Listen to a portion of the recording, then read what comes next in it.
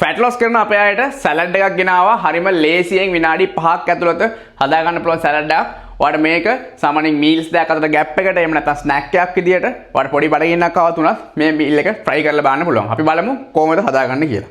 මුලින්ම අපි මේකට ඇඩ් කරනවා කියුකම්බර් ස්ලයිසස් ටිකක් ඇඩ් කරනවා මේකට. ඊට පස්සේ අපිට දාගන්න තියෙන්නේ අනියන් ස්ලයිසස් ටිකක් මේ විදියට උඩින් දාගන්න.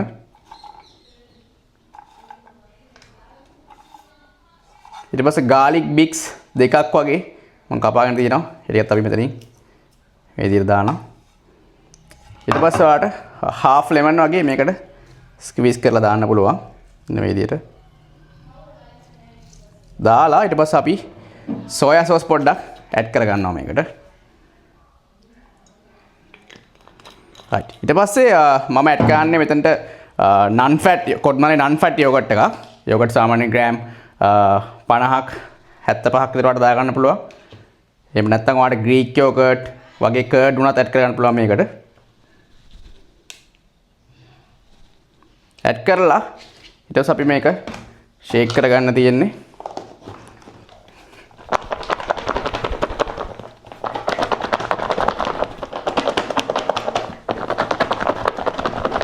කළා ඔයාලට කන්න පුළුවන් විනාඩි 5ක් ඇතුළත හදා ගන්න පුළුවන් සලාඩ් එකක්.